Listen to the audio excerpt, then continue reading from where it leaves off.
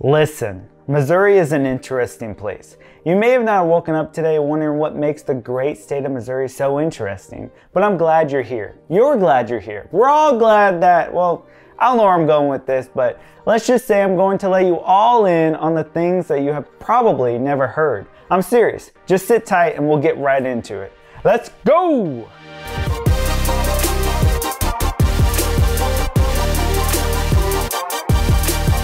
Welcome. My name is Jesse Weiser and I'm a realtor in Springfield, Missouri. And today I wanted to let you know some facts about Missouri you didn't know. And if you did know, I would be surprised, but you can let me know down in the comments below. Also, hit that subscribe button if you're wanting more Missouri content. Thank you guys so much. It really does help support the channel because the more support we get, the more we will be able to do more of these videos. All right, we're going to begin with some of the statewide ones. Everyone knows Missouri is known as the Show Me State, but do you know how we got the name? It began back in 1899 when Missouri Congressman Willard Duncan Vandivar was given a speech in Philadelphia.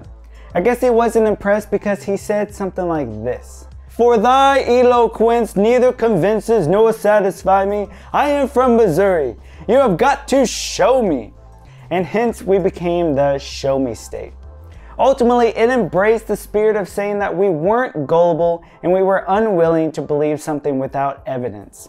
Sounds like a stubborn Missourian if you have ever seen one. Bet you didn't know where that came from. Did you know that we have a state dinosaur as well? It's called this. I'm not gonna be able to pronounce it, but it's a nickname for Hadrosaur, a duck-billed dinosaur that is a vegetarian with over 1,000 teeth.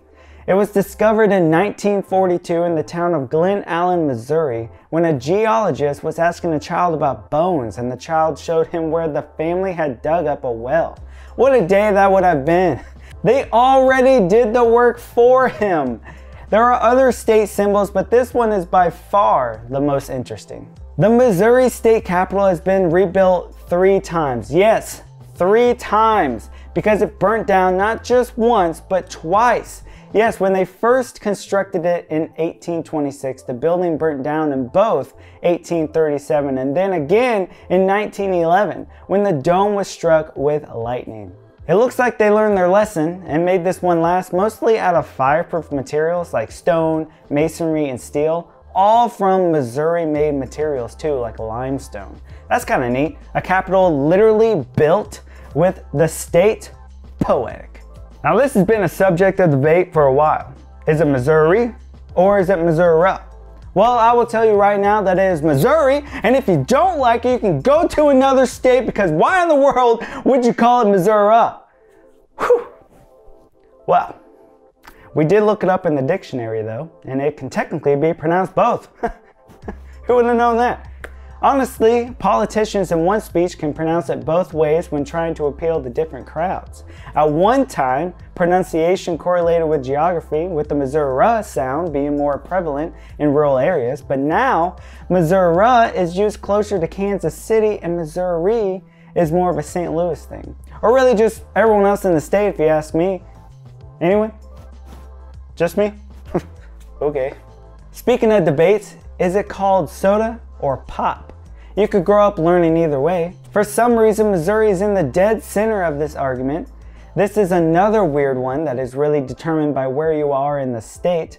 People in the east tend to call it soda, and the western half calling it pop. Then you get the whole weirdos that just call it Coke. Yeah, don't be that guy. That's just a fast trip of getting out of here if you ask me. All right, we were going to get into some more heated topics, if those weren't already heated. Let's begin with a little armed robbery. 22-year-old Cornealious Michael Anderson robbed a Burger King at gunpoint and they caught him.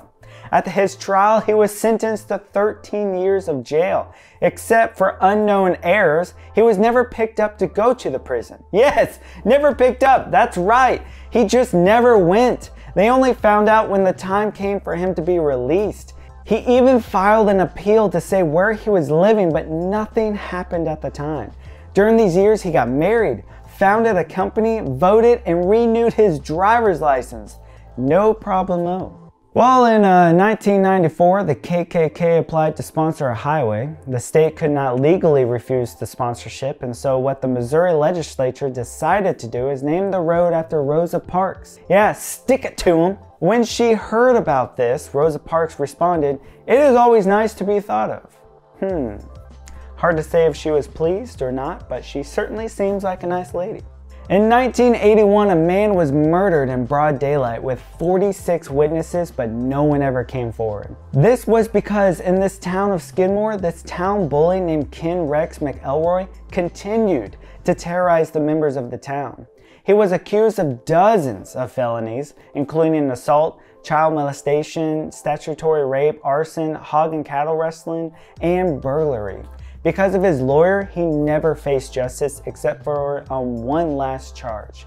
When he was released on bond, an angry McElroy shot and injured a 70-year-old man to whom he found responsible and later on still threatened to murder him.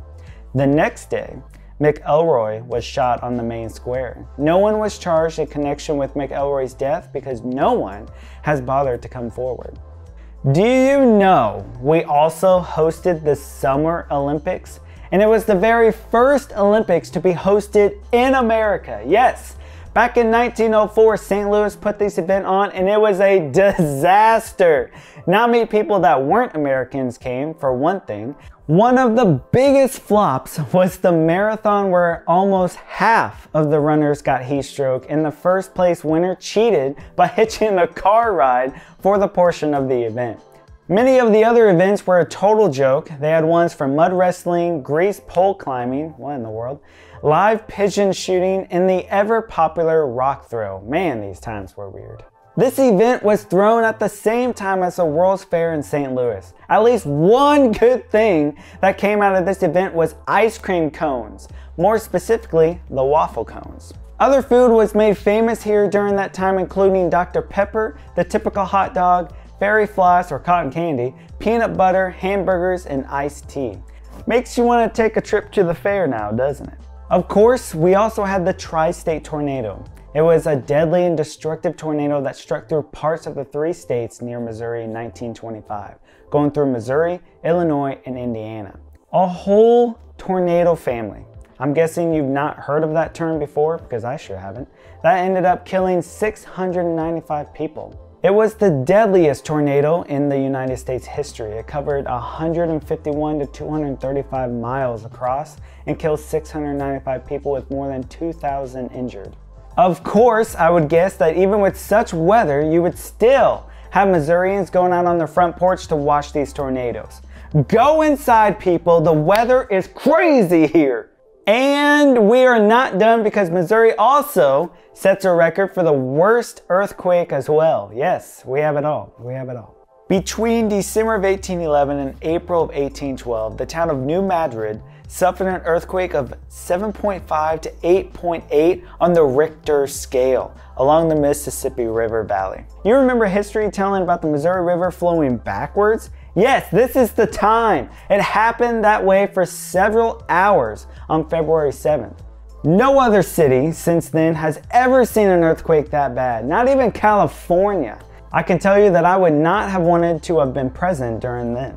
Luckily, we haven't had anything to that scale in many years. Personally, I can't even remember any earthquakes in this area, so if you come here, you would remain safe. Probably. Yeah. Maybe. Here are some of the craziest things I've heard. But did you know that Missouri once had an extermination order 44, which was to drive out Mormons out of the state? One of the most mind-boggling events started back in 1836 when Governor Willard Boggs made it illegal for Mormons to live in the state. It stated the Mormons must be treated as enemies and must be exterminated or driven from the state if necessary for the public peace. Their outrages are beyond all description.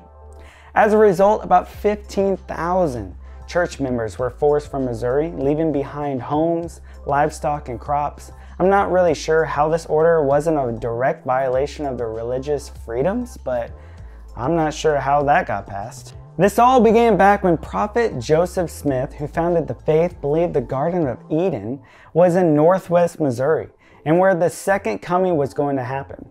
It could have also been because Missouri was a slave state at the time and they didn't like that this group was against slavery. After 138 years, it was eventually disbanded in 1976. How on earth did it stay so long is what I want to know. It sounds like something from Star Wars, like Execute Order 66. Except way more horrifying because this was real life.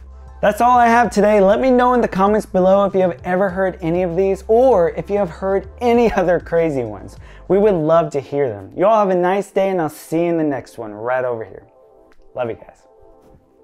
Cool.